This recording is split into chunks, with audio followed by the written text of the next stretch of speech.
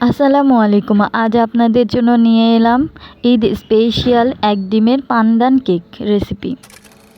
প্রথমে একটি চালনিতে 1/3 কাপ ময়দা, 1 টেবিল চামচ কর্নফ্লাওয়ার, 1/4 চা চামচ বেকিং সোডা, 1/2 চা চামচ বেকিং পাউডার নিতে হবে। এরপর ভালোভাবে চেলে নিতে হবে।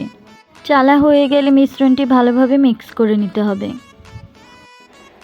এরপর একটি পাত্রে একটি ডিম ভেঙে নিতে হবে। ডিমের কুসুম আলাদা করে নিয়ে ডিমের সাদা অংশে 1/4 কাপ চিনি অল্প অল্প করে মিশিয়ে ডিমের ম্যারাং তৈরি করে নিতে হবে। যারা এখনও আমাদের চ্যানেলটি সাবস্ক্রাইব করেননি, সাবস্ক্রাইব করে পাশে থাকা বেল আইকনটি প্রেস করে দিবেন। নিত্য নতুন ভিডিও পেতে আমাদের সাথেই থাকুন। ডিমের ম্যারাংটি তৈরি হয়েছে কিনা সেটা আমরা 8 লিখে চেক করে নেব। ম্যারাংটি তৈরি হয়ে গেলে কুসুম দিয়ে ভালো করে মিশিয়ে নেব। কুসুম মিক্স করা হয়ে গেলে 1/2 চা চামচ লেমন এসেন্স, 1 ফোঁটা ব্লু কালার, 1 ফোঁটা ইয়েলো কালার দিয়ে ব্যাটারটা গ্রিন কালার করে নেব। যেহেতু আমরা পান্দান কেক তৈরি করছি, পান্দান কেকের রং গ্রিন হয়।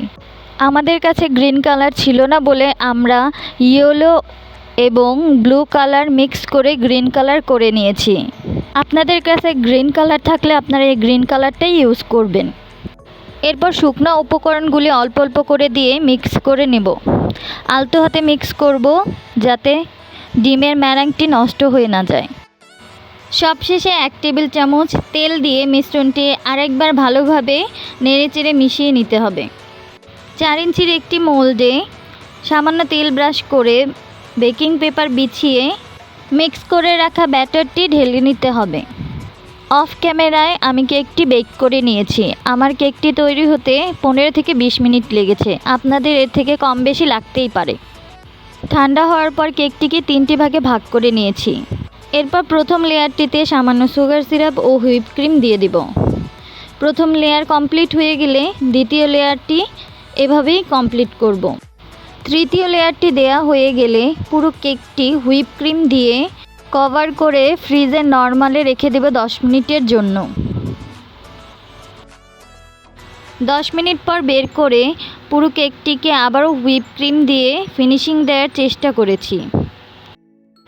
ফিনিশিং হয়ে গেলে কেকটির উপরে একটি 2D নজেল দিয়ে লাভ শেপের বর্ডার করে নিচ্ছি। উপরের বর্ডারটি কমপ্লিট হয়ে গেলে এভাবে নিচে আরেকটি বর্ডার করে নেব সেম নজেল দিয়ে। নিচের বর্ডারটি কমপ্লিট হয়ে গেলে আমি উপরে ঈদ মোবারক লিখে নেব। এই যে আমার কেকের ফাইনাল লুক। আপনজনের সাথে থাকুন, আপনজনকে ভালো রাখুন। আল্লাহ হাফেজ।